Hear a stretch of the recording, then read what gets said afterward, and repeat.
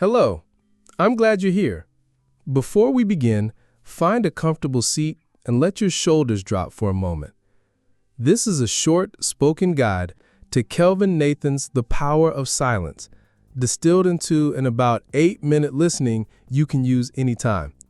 A morning reset, a break between tasks, or a quiet moment before sleep.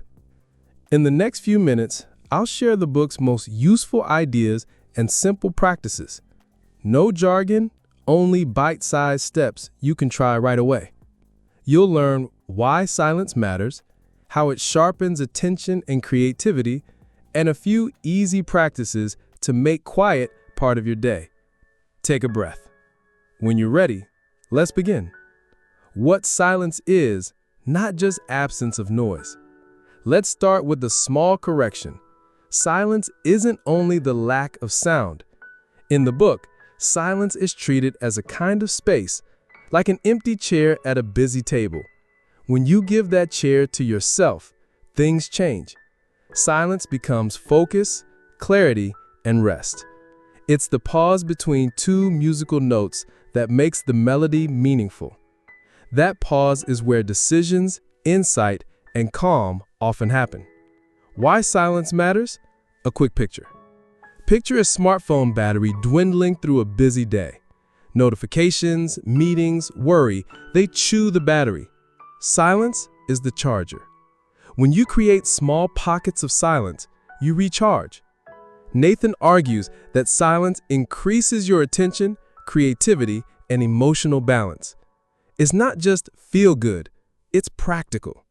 You think more clearly, you listen better, and you act with intention instead of reaction.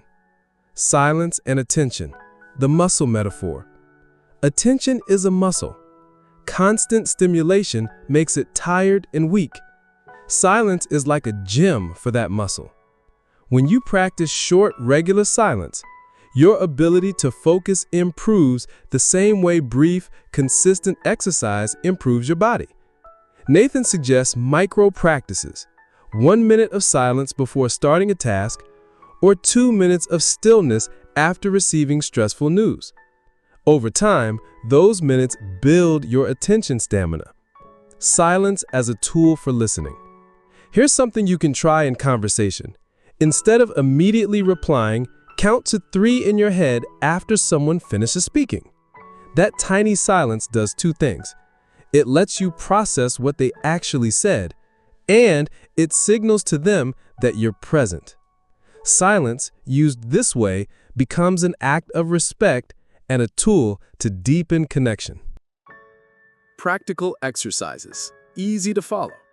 Nathan doesn't ask for retreats. He offers tiny, repeatable moves. Try these. The 1-minute anchor. Set a timer for 1 minute. Sit quietly. Watch your breath. If a thought arrives, note it like a passerby and return to breathing. Do this twice a day. The digital sunset. Turn off non-essential notifications and silent screens for an hour before bed. Notice how sleep and mood shift. The silent walk. Walk for 5 to 15 minutes without earbuds. Listen to the world. Let your mind slow. The pause before reply. In texts, emails, or talks, wait 3 breaths before answering. You'll notice sharper, calmer responses. These are small rituals, but repeated, they change how your brain responds to stress and distraction. Silence and creativity. The empty cup. Creativity often requires an empty cup. When your mind is noisy, new ideas have nowhere to land. Silence creates the landing pad. Nathan recommends scheduling blank time, not for scrolling, not for reading, but for simply being. You might be surprised how often an answer or a fresh idea arises in those quiet pockets. Silence in emotions, not suppression. Important clarification. Silence isn't the same as suppressing emotions. Nathan emphasizes listening to your feelings with curiosity. When anger or sadness arrives, notice it quietly. Ask, what is this feeling trying to tell me? Silence gives you the space to feel without being hijacked by automatic reactions. In other words, observe, don't bury. Common obstacles. What gets in the way?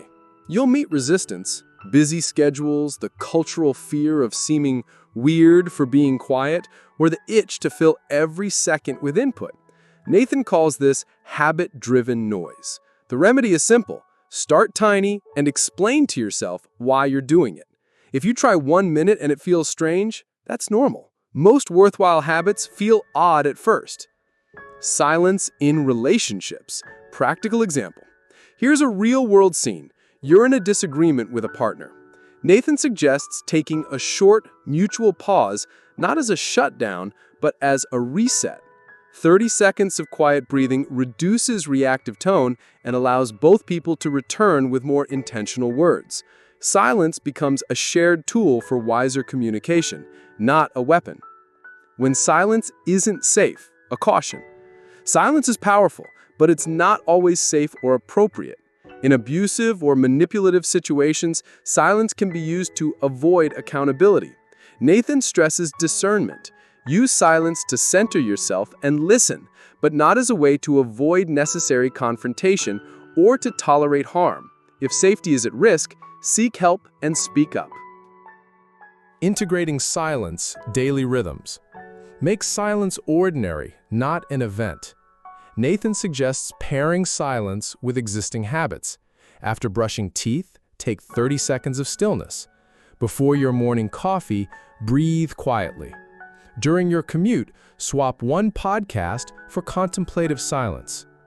Little integrations beat rare, dramatic retreats because they build a reliable pattern. A few metaphors to remember. Silence as a charging cable for attention. Silence as the pause in music that gives meaning to the notes. Silence as a clearing where thoughts can land like migrating birds. Keep one of these images and call it up when you're tempted to overfill your day. Final practice, a short guided minute. I'll guide you through a 60-second silence you can use now or bookmark. Sit comfortably. Close your eyes if you like.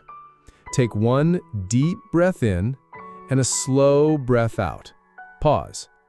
Let your breathing return to a natural rhythm.